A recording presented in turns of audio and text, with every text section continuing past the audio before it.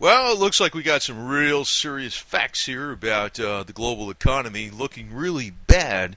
And this is not putting out some doom and gloom or anything, but just giving you the facts.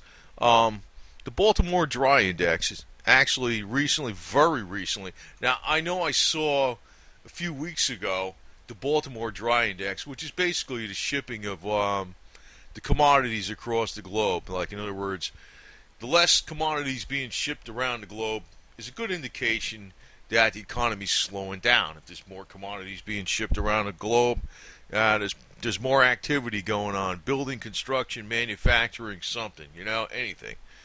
So right now, but I know I saw a few weeks ago. Now there's more information, and it's even worse though.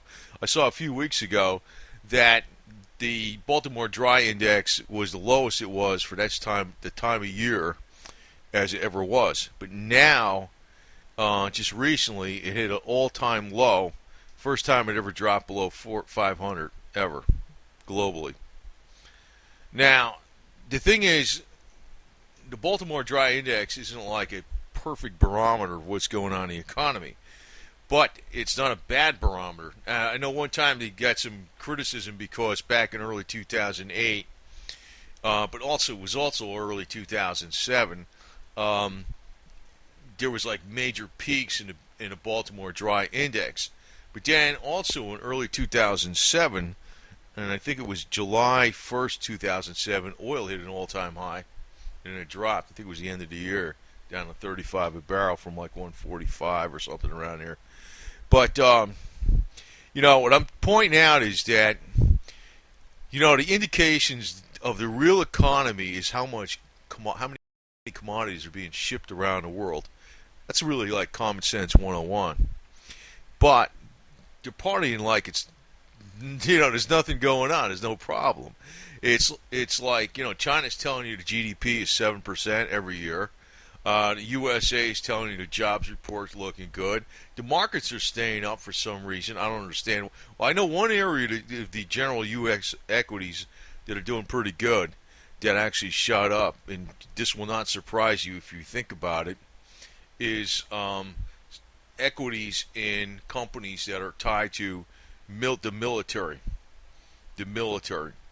Because now with all the stuff with ISIS and the attacks on France, there's more expectations that there's going to be a counterattack against ISIS for real. As long as Obama is like shipped off to some other place, not the commander in chief, maybe that'll happen. But I don't know, man. With that guy in charge, I don't know what. I realize. I should sidetrack on that deal with ISIS real quick because it is pretty obvious that there's a game going on here because, you got to create the enemy to freaking fight the enemy. It's one of those deals, more than likely. And what's going to really change things right away is warfare. That's where the commodities just go right up to the freaking roof. But the deal is, when you have oil prices getting this low and you got all the oil rigs freaking going down and everything like that, there's like good productivity in oil, but the oil rig count in the United States is dropping like off the side of a cliff, right? Well, what's going on is if there's ever a big demand that just kicks in all of a sudden, because maybe war is affecting Saudi oil production, oh my God, it would freaking really do it. The prices would boomerang like crazy, and it would change the price of gold and oil and silver and copper and lead and palladium, platinum, zinc, nickel, cadmium, the whole 9 yards. Everything would change. Because actually energy is big time related to mining. Yeah, we always had plenty of energy in this earth, but you got to get it out of the ground. And now that Saudi's trying to drive everybody out of business, you might see a freaking major spike in the commodity prices. And that what I think is going to bring up the freaking demand is not by natural, economic activity where people are like, yeah, we want more things and we want to spend more money, we want to have this and we want to have that and we want to be active. Nope, it's going to be warfare. That's what I think. So, but yeah, they're trying to make it look like the economy's really good, and I know it's not. Definitely not good. It's definitely not good. Actually, people ought to be smart to economize, man. I can tell you that right now. A lot of people aren't. A lot of people aren't. They party like, there's no tomorrow. That's the way a lot of people are. And those are going to be the people in this country that are going to be going to you. Like, see, I'm pretty, economical, if you want to put that word. I won't spend any money if I don't have to. But that's why I could buy shit and I have money. But that's just how I am. It doesn't matter, like, oh, can I afford it? I don't think like that. I think of about, getting the most bang for the buck. Most people in the United States aren't like that. And, even when we're looking at our freaking GDP numbers in the USA, I could tell you they're bullshit because it's a service-based economy. Service-based on what? Fluff? Garbage? Games? Fun? Entertainment? Not too many essentials. If the economy was really booming on manufacturing, the commodities would be a lot higher, and the Baltic Dry Index would be a lot higher. So I can tell you right now, we're basically on a shipwreck, and it might be abandoned ship here pretty soon. Actually, I think a lot of people in the United States probably will abandon ship. I won't, because I realize what's happening. It's where are you going to go anyway, right? Someplace else, the hell with it. I guess the only place I would consider is Canada, but I don't know what part of Canada, but that would be it. I don't think I'd go anywhere else. But to tell you the truth, though, I think that when the shit does hit the fan, if you want to put it that way, the stuff, hits the fan, what's going to really abandon us, besides some of the American people, is going to be the corporations. That's why the corporations are screwed up. They'll only think about money. If there's nothing over here for them, they're gone. And the guy that's in charge, I don't give a shit who he is, they're gone. They're gone. If there's nothing here for him, it's like there's no reason for him to be here, they're gone. It's all financial, 100%. That's just how the corporations think. That's one reason I'm a little like, I like stuff made in the USA, but then if it's too big of a corporation, I don't know, because I realize they're the first ones that would uproot and go somewhere else and say to hell with this place. If it's a big corporation, that's exactly how they are. But it does look like, and see, this Baltic Dry Index being so low like that isn't just about the United States; it's about the global economy. But what's scary about this, actually, I hate to say it, but I know it's been said a million times, and by the fear mongers, but it probably is true. And it takes a long time for something to really happen, and things haven't been happening, but maybe not affecting our lives directly. But usually, when there's a major downturn in the economy, what happens is it leads to major wars. Because what happens is the countries try to do is they devalue their currencies, they go to currency wars, they try to devalue and cheapen their currencies, which should actually be bringing up the price of commodities, and it's not for some reason. But they are devaluing their currencies. The only one that's not relative to other currencies is the U.S. dollar. It looks stronger and stronger. But the long-term 30-year trend on a U.S. dollar is bad. The last 3-4 years look really good for the U.S. dollar, but that's not the long-term trend. And I can tell you right now, the fact that the Club of Rome and the Committee of 300 and the Rockefeller Institute, whatever, they've all tried to. All their policies were to move manufacturing offshore to China. I can tell you right now, I don't think that the USA is going to be on the forefront in the world for a very long time. Not that we're not going to be unimportant, but they're going to throw us under the bus. That's what the elite are going to do. So it's like, I put it this way, man. I think it's already there. It's already, we just don't see it yet. And this Baltic Dry Index can't be isn't like a perfect barometer of the entire economy, you know. But then again, I look at the economy, the real important parts is the stuff that you actually can see, touch, feel. Like, in other words, maybe when they're talking about the economy, they're saying, well, the pharmaceutical industry is doing great, or the education industry is doing great, or something. And, that sounds good on the outside. But then again, what is education? What is education in the United States? Sociology and family planning or something. What is pharmaceutical? Poisoning people? Yeah, but it's doing great money-wise. When I look at the Baltic Dry Index being down like that, I look at it like manufacturing's down, construction's down. Construction's doing good in certain areas in the United States over the last couple of years, especially commercial real estate in the major cities, but it's not doing good overall, really. There's sales of houses and individuals, even single families and stuff, but they're being bought up by large corporations. Like, as a matter of fact, Blackstone Group, they're now the biggest real estate holder in the world. Blackstone. They increased their real estate holdings, I don't forget how many times in the last 3-4 years. And you know what they're doing? They're renting it back to everybody else, That's what they're doing. It's not like individuals are buying these houses. So maybe real estate's being held up but by the big bucks corporations, which are actually just buying them. So you're looking for return on the investment through rentals, which is you. So anyway, you could get yourself an Alaskan chainsaw mill and build yourself a log cabin. That might be a deal. I don't know. I might be getting one of those next year or some shit when I get to more time on some of these other projects I'm messing around with.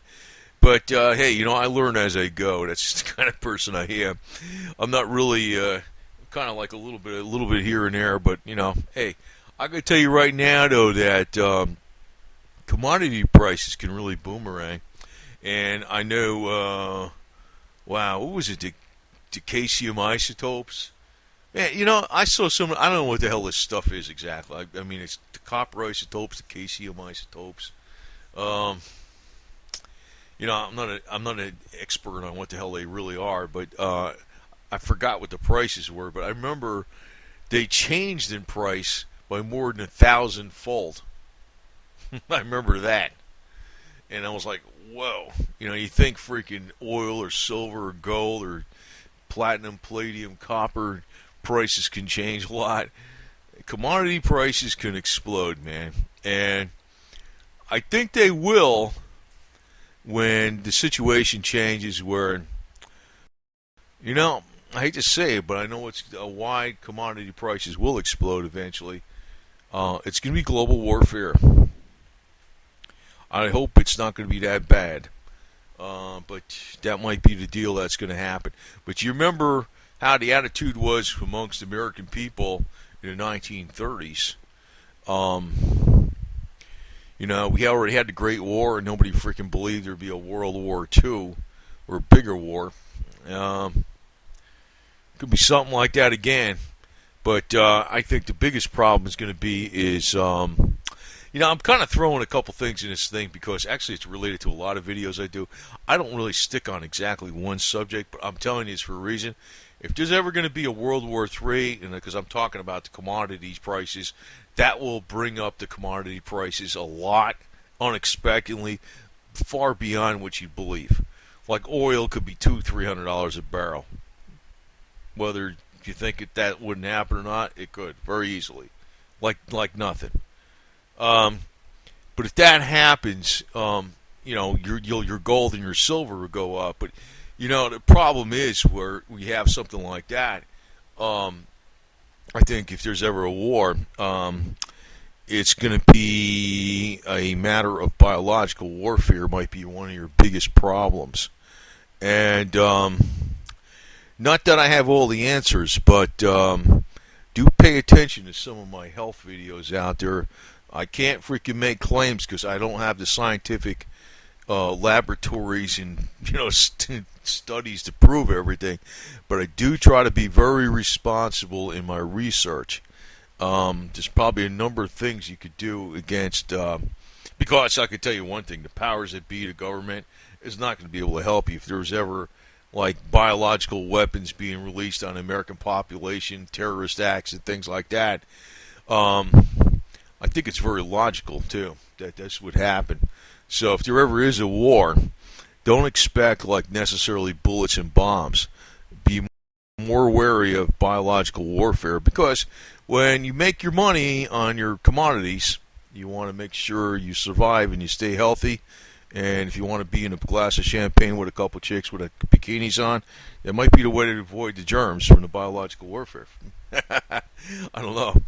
I know there's a lot of disinformation out there about what works and what doesn't work, but please pay attention to what I say about a lot of stuff, because I filtered out a lot of garbage, and I'm very, very acutely aware of practically everything out there.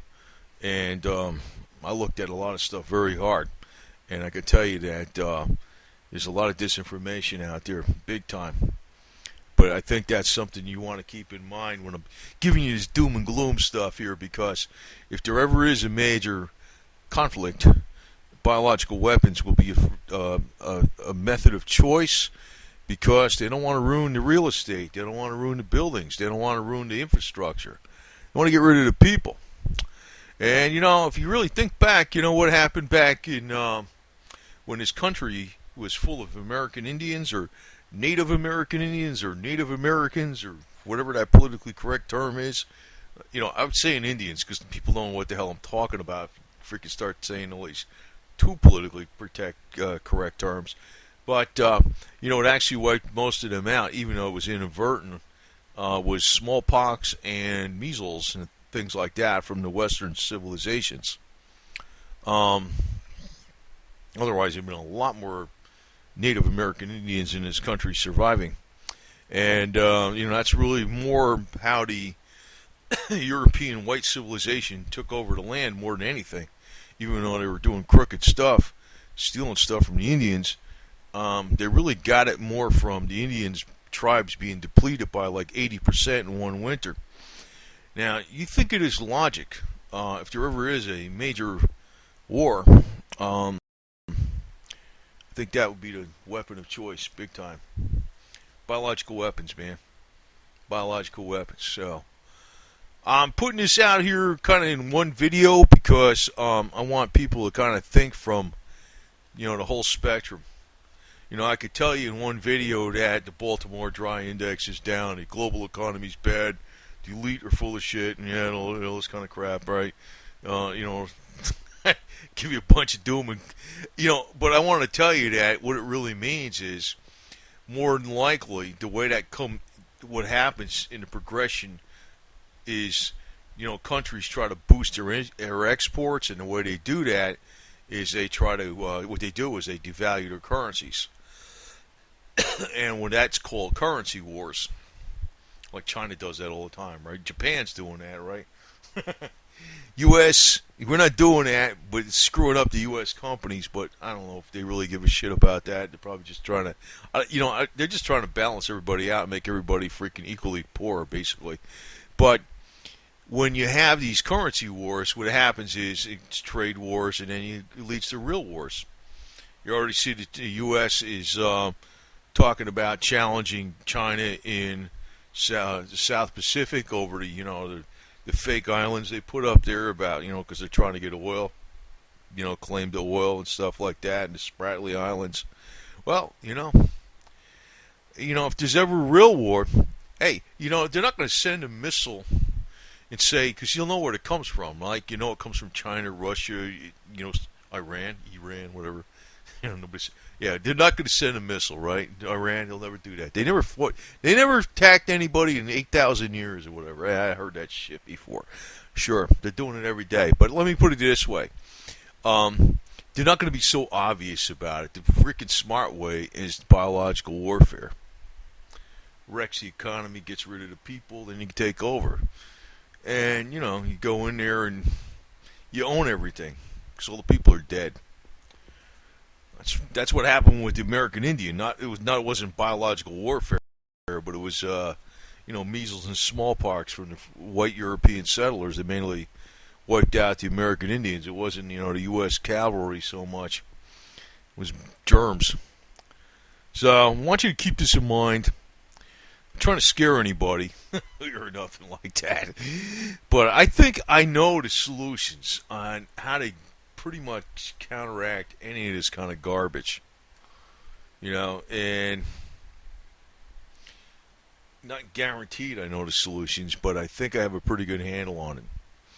Because I know, like, pretty much everything out there is curable, but on the internet there's so much garbage out there that it's like there's so much different information out there. I can't really it's overwhelming. It's overwhelming because people are constantly running around looking for new freaking things, and some yo-yo comes out there and, like, I'll tell you one thing, I don't sell none of this shit. So, like, when I'm looking up something that's medical, I usually get it from the medical doctors, but usually those renegade medical doctors that are actually got the right heart and soul for the people. They're not all financial, and they're bucking the system. Those are the guys that actually tested this stuff, and they know what's going on.